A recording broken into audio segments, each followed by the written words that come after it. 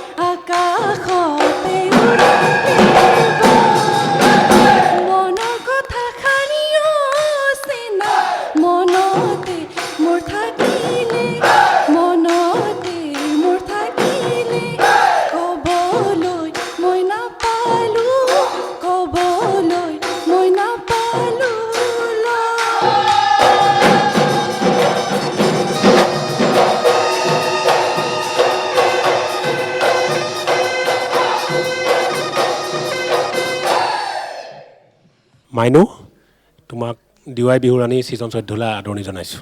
ধন্যবাদ ছাৰ।